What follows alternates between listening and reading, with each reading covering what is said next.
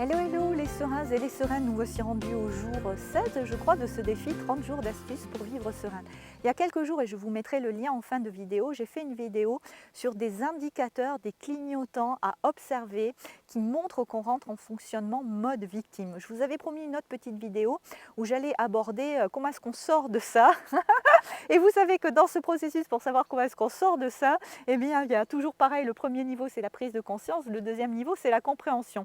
Aujourd'hui, on va plutôt éclairer la compréhension et en fait, dans une prochaine vidéo, je vous donnerai un petit exercice pour en sortir. Donc, pourquoi est-ce qu'on fonctionne parfois en mode victime? Aujourd'hui, je vais vous donner deux éléments que peut-être vous avez expérimenté, vous me le direz en commentaire. Mais le premier élément, c'est le saboteur intérieur. C'est le moment où effectivement, la position de victime, parfois consciente ou inconsciente, va en fait être l'expression d'un saboteur intérieur, c'est-à-dire d'un blocage à aller vers la réalisation de notre objectif. Ok, ça c'est un premier élément important à comprendre.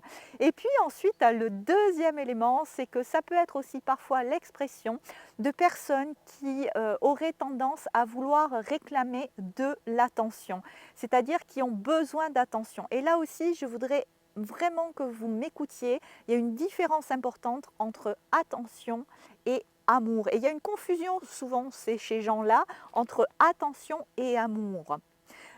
Être victime, c'est une façon de réclamer et d'avoir de l'attention de l'autre, ok?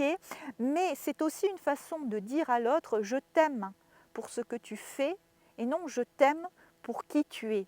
Vous voyez, la nuance, elle est importante. Alors, je sais que ça ne va pas plaire à tout le monde, ça va écorcher certaines oreilles, mais ce n'est pas grave. Donc, du coup, soyez vigilants, observez si les moments où vous passez et où nous sommes, je m'inclus parce que ça arrive à tout le monde, moi aussi ça peut m'arriver encore parfois, je veux dire, effectivement, de passer en mode victime, est-ce que ce n'est pas l'expression d'un saboteur intérieur, c'est-à-dire d'un blocage en fait pour aller vers la réalisation de ce qui vous tient vraiment à cœur, et est-ce que ce n'est pas l'expression ou l'expression d'un besoin d'attention, c'est-à-dire une façon d'avoir de l'amour, mais il y a une confusion, je redis bien, attention, l'attention n'est pas l'amour.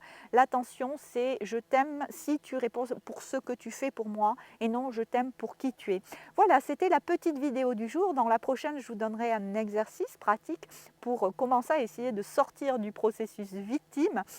Pour celles et ceux qui ne me connaissent pas, je m'appelle Pascal et j'accompagne les femmes à se sentir en paix et en sécurité avec leurs émotions, l'expression de celles-ci, parce que c'est l'expression est super important à différents niveaux, et puis bien sûr aussi avec leur corps, parce que tout ça s'expérimente dans le corps pour vivre donc sereine et souveraine. Je voudrais aussi vous proposer de recevoir gratuitement 2 fois par mois des petites astuces personnalisées, inédites, qui ne sont pas sur mes autres supports, pour vivre sereins et sereines en vous abonnant gratuitement à mon infolettre et en allant faire un tour sur mon site web. Je vous mettrai le lien aussi, il est dans la description.